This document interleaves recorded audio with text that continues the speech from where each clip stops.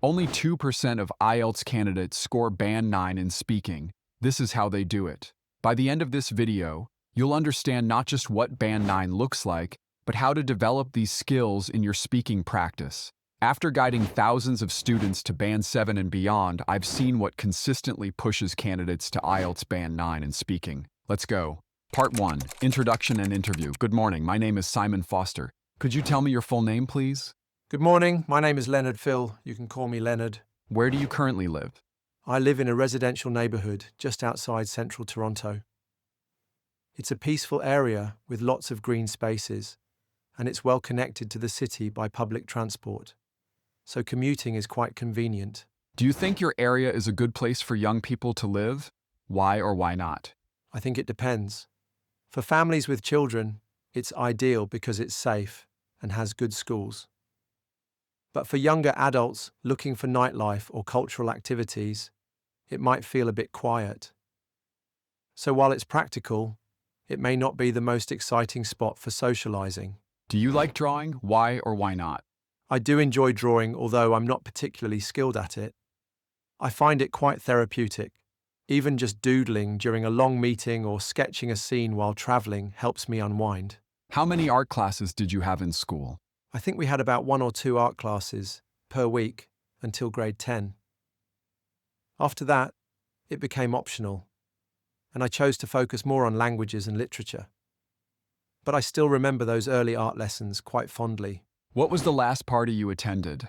The most recent one was a colleague's farewell party at a rooftop bar downtown. It was a nice mix of professional and casual. We had some speeches, snacks, and lots of laughter.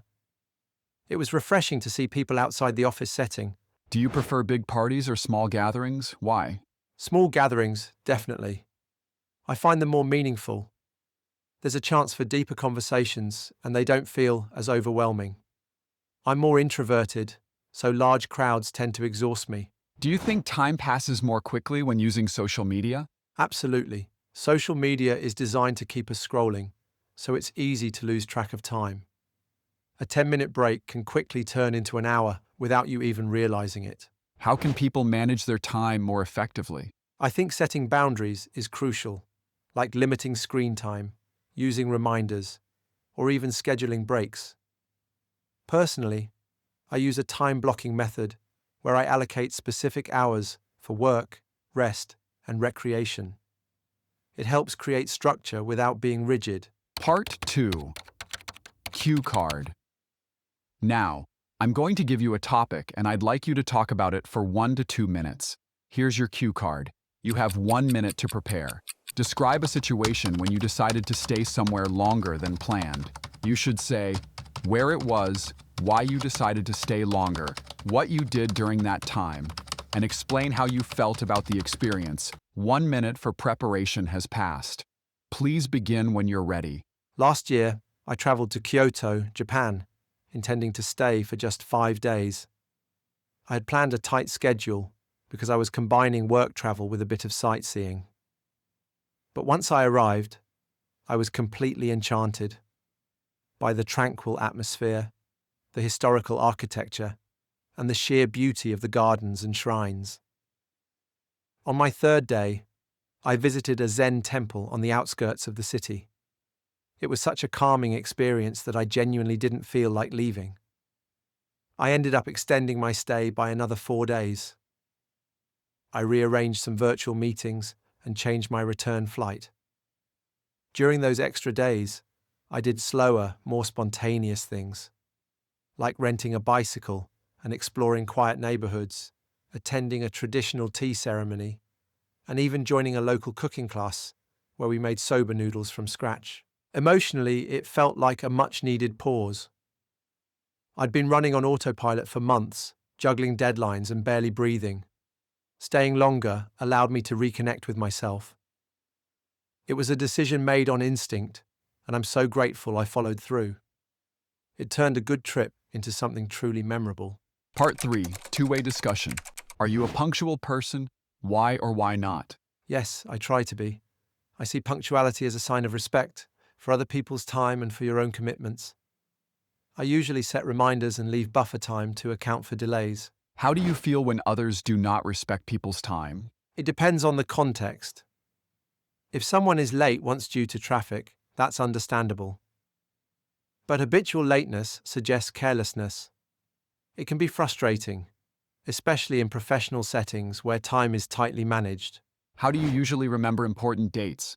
I rely heavily on my digital calendar. I sync it across all my devices and set notifications for key events. For personal occasions like birthdays, I often write cards in advance so I don't forget. Why do some people struggle with time management? I think it often comes down to two things: underestimating how long tasks will take and overcommitting. Without a clear plan or priorities, it's easy to get overwhelmed or distracted. Do you think technology has helped or worsened people's ability to manage their time? Both, actually. Technology has given us great tools: calendars, timers, focus apps. But it's also a major source of distraction. It really depends on how consciously we use it. How important is it to balance social life and personal responsibilities? Incredibly important. Without balance, you risk burnout or isolation. Social interaction can recharge you, while personal responsibilities give structure and purpose. I think both are essential for emotional and mental well-being. Thank you, Leonard. That is the end of the speaking test. Thank you too. Bye. Carefully listen to the band score breakdown and feedback. 1. Fluency and coherence analysis. Let's begin with fluency and coherence, where this candidate achieved the highest possible score. The examiner noted that speech was consistently fluid and well-paced throughout the entire test. This consistency is crucial because Band 9 requires sustained performance across all three parts of the speaking test. The candidate demonstrated advanced use of cohesive devices. Notice phrases like "that said," which signals a contrast or qualification without even realizing it, which adds nuance to an explanation, and both are essential, which shows balanced thinking. These aren't just vocabulary items but tools that create seamless connections between ideas. For example, Leonard says, "Emotionally, it felt like a much-needed pause. I'd been running on autopilot for months." Here we see the candidate transitioning smoothly from factual description to personal reflection. The phrase "running on autopilot" serves dual purposes as both an idiomatic expression and a bridge that explains the emotional significance of the pause mentioned earlier. What distinguishes Band 9 fluency from lower bands is the natural flow of extended discourse. The candidate doesn't just answer questions, they develop thoughts logically, building layers of meaning that demonstrate sophisticated thinking processes.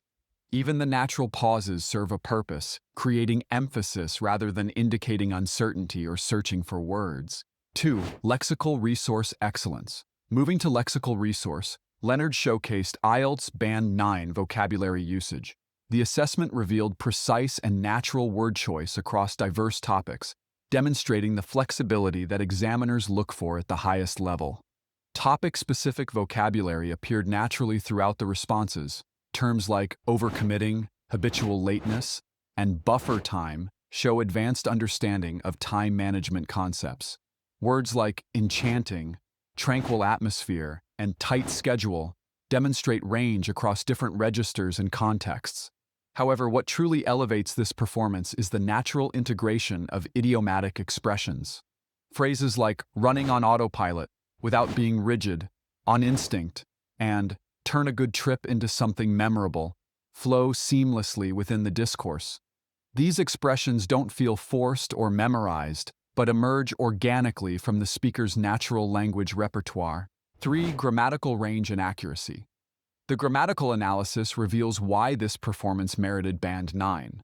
Leonard employed a broad range of complex sentence structures with consistent accuracy. This includes conditional structures like "if someone is late once," passive constructions such as "it was a decision made on instinct," and embedded clauses exemplified by "where we made soba noodles from scratch." Particularly impressive was the control of tenses, articles, and modifiers throughout extended discourse. Consider this advanced contrast. Technology has given us great tools, but it's also a major source of distraction. The candidate manages complex ideas through grammatical structures that enhance rather than obscure meaning. Band 9 grammar isn't about using the most complex structures possible, but about employing varied structures accurately and appropriately to serve communicative purposes. Leonard demonstrated this balance perfectly, using grammar as a tool for clear, nuanced expression rather than as an end in itself. 4. Pronunciation. While pronunciation was inferred, the responses would be natural rhythm and emphasis patterns that enhance comprehension. Leonard's expressive delivery enhances understanding, particularly in reflective passages. For example, when he said, "I was completely enchanted," the intonation pattern would naturally rise to convey the emotional significance, demonstrating how pronunciation serves meaning rather than merely producing correct sounds. Band 9 pronunciation isn't about a perfect native-like accent, but about using pronunciation features effectively to support communication. This includes appropriate stress, rhythm, and intonation that help listeners follow the speaker's meaning and emotional intent. Remember that Band 9 represents natural, confident communication about familiar and unfamiliar topics alike. It's not about perfection, but about effective, sophisticated communication that demonstrates your ability to use English flexibly and appropriately. Subscribe to the channel so you don't miss 2 videos I publish weekly. All the best in your preparation.